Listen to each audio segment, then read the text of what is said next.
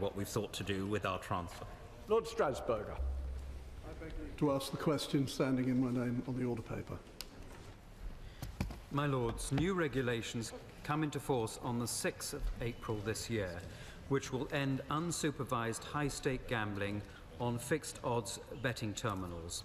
All players using FOBTs are now presented with a choice to set time and money up front. We are keeping this issue under review and remain focused on identifying gambling-related harm wherever it is found and devising effective measures to bear down on it hard. My Lords, one man recently laundered nearly £1 million in drug money through these machines in coral betting shops in the northeast.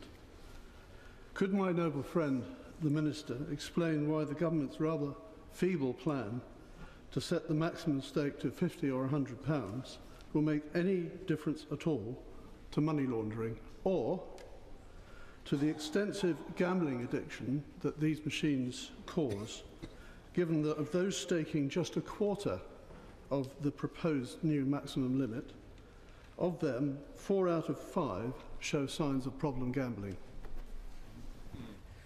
My Lord, so far as money laundering is concerned, the Proceeds of Crime Act 2002 places a duty on gambling operators to be alert to money laundering attempts and to report such attempts to the National Crime Agency. The government expects all gambling operators to ensure that their anti-money laundering procedures are consistently and effectively applied to minimise risk and maintain good controls. On the point of the size of the stakes, and the new measures will require those accessing stakes over £50 to use account-based play or load cash over the counter. The Responsible Gambling Trust have said that in their view the size of the stake is not necessarily, in fact their words are, it's overtly naive and massively premature to suggest that reducing the maximum stake size would help reduce problem gambling. My Lords, in a casino you will have at least a croupier, an overseer, a manager, all monitoring the behaviour of a gambler, yet on most high streets you can have a small shop with 2 of these machines and 1 person behind a screen.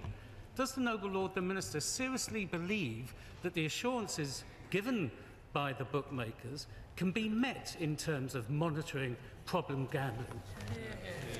My Lords, clearly we are going to see how these measures work, and we very much hope that they will, and we're looking to the gambling industry to ensure that they cooperate with this. And of course the measures, as I said before, require all players of FOBTs to be presented with a choice to set time and money, and we think that that is an important stage of ensuring a redress of this problem. My Lords, the government have been a strong supporter of localism, so, my Lords, will it listen to the views of some 93 local councils who've asked the government to be able to cut the FOBT stake to £2 because they're worried about antisocial behaviour, crime and problem gambling in their areas? My Lords, I know that DCLG are looking at this submission, and I very much hope that it will be reported shortly. But of course, we are also giving further powers to local communities by requiring planning applications to be submitted to local authorities for new betting shops. My Lords, but will the Minister confirm that despite the new measures, it will still be possible for a gambler to spend £100 every 20 seconds? What further inducement can one give to people who've got social difficulties, people who are problem gamblers, than to make it so easy to lose so much money? My Lords, well, under the new measures, it will require those accessing stakes of over £50 to use account-based play or load cash. But, my Lords, interestingly, the Gambling Commission on Friday reported on their wish to raise the bar on social responsibility and working with operators to ensure that there is much more adherence to assisting people who are gambling. Does the Minister see any connection between the gambling law and the problems of money laundering that has just been discussed?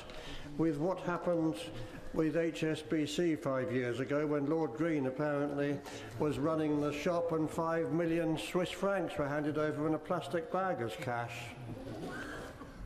My Lords, I think I'm a fairly even-minded person, but, my Lords, we're dealing with a question where in 2000 there were no FOB-Ts. By 2010 there were 30,000 FOB-Ts. And this is the situation that this government is now seeking to address. The noble Lord's deputy leader of his party has admitted that what happened was a mistake, and we are now dealing with that, my Lords.